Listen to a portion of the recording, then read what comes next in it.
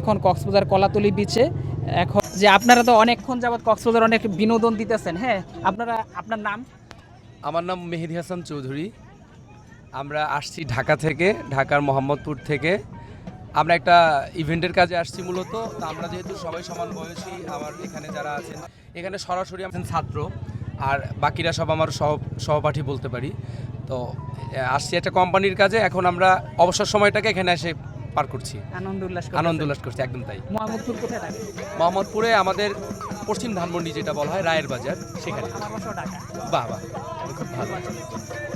কক্সবাজার কতদিন যাবত আছেন? কক্সবাজারে আমরা গত 3 দিন যাবত আছি, আরও হয়তো 2-1 দিন থাকবো যদি সব ঠিক থাকে। এই যে আপনার এটা কষ্ট হয় না? এটা কত বছর যাবত সাধনা করতেছেন?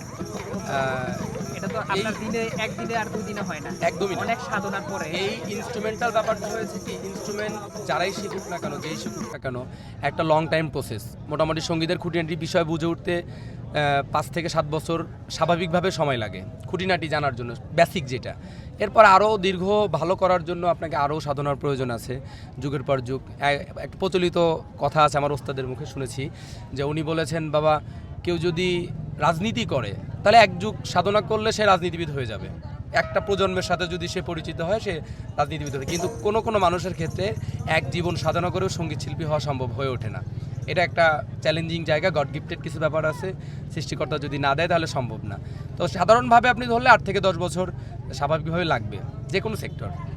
এই জায়গাটাতে বলবো যে সঙ্গীতের যে জায়গাটা, এই সঙ্গীত চর্চা যারা করে তাদের ভিতরে আত্মহংকারটা কমে যায়, আত্মহংকার থাকে না প্রথমত। দ্বিতীয়ত সামাজিক যে অপকর্মের জায়গাটা, সেটা থাকে না। আমাদের বয়সী যারা আছে, হয়তো অনেকে বিচে লালন সঙ্গীতকে অনেকে ব্র্যান্ড আকারে গাইতেছে। আসলে লালনের যে অরিজিনাল ফিল, একতারা দোতারা হারমোনি, এটার সাথে যে একটা মজা, সেটা নাই। এটা একটা কারণেও হারাচ্ছে। তাহলে আমাদের অযত্নের কারণে হারাচ্ছে, এক কথায় বলতে পারি যে আমাদের অযত্নের কারণে হারাচ্ছে। আরও যদি বলি হারাচ্ছে, যুগে যুগে এটার আপডেট হবে, এটাই স্বাভাবিক। না, উৎসাহ আমি বলতেছি আপনার এই গানের প্রতি যেন মানুষ ইয়া হয়, ইন্সপায়ার হয়, যাতে করে মানুষ ওইদিকে না যায়, এদিকে আসে। তো এই জায়গাটা আমি মনে করি যে আপনাদের যাদের সন্তানরা এখন বেড়ে উঠতেছে, বা যারা আপনারা সঙ্গীত চর্চা করেন, তারা যে আমরা যে এই লোকসঙ্গীতের যে ধারাটাকে যুগ যুগ ধরে চলে আসছে, এই ধারাটাকে রক্ষা করার দায়িত্ব আমরা যারা সঙ্গীত চর্চা করি তাদের। এইটা আসলে রক্ষা করার জন্য আমরা ছাড়া আর কেউ নাই। আপনি যদি ভালোবেসে আমাকে মূল্যায়ন করেন, তাহলে আমি আমার জায়গা থেকে আরও শক্তিশালীভাবে নিজেকে তৈরি করার চেষ্টা করব। আপনি যদি আমার এই গানটাকে অবজ্ঞা করে, যে বাউল গান গাইতেছে একতারা দোতারা দিয়ে, এটা আর কি শোনাবে, কি করবে, তাহলে আমার অবমূল্যায়ন হবে। যারা শিল্পী তাদেরও যেমন দায়িত্ব আছে, যারা দর্শক তাদেরও দায়িত্ব আছে। আজকে যদি আমরা যাই করছি না কেন, এটা যদি একটা ভালো ফিডব্যাক দেয়, হয়তো কালকে আপনি আমার সাথে যোগাযোগ করতে পারেন যে, ভাই, আপনাদের নিয়ে তো আমি ইন্টারভিউ নেওয়ার পরে এরকম একটা পড়ছে, সারা পড়েছে, তাহলে আপনি যদি আরেকবার আমাদের সাথে আসতে চান।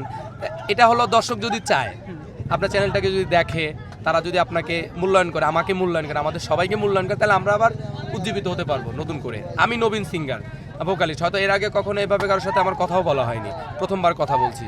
তো সেই জায়গা থেকে যদি দর্শক চায় যে আমরা থাকি, তাহলে আমরা সারা জীবনই আছি, থাকবো। দর্শক তো আপনাদের গানে উৎসাহিত হইলো, অনেক আনন্দ পাইতেছে, কারণ অনেকে রিকোয়েস্ট করতেছে আপনার বিভিন্ন ধরনের গান শোনার জন্য। জি জি, এটা আসলে আমাদের জন্য সৌভাগ্য।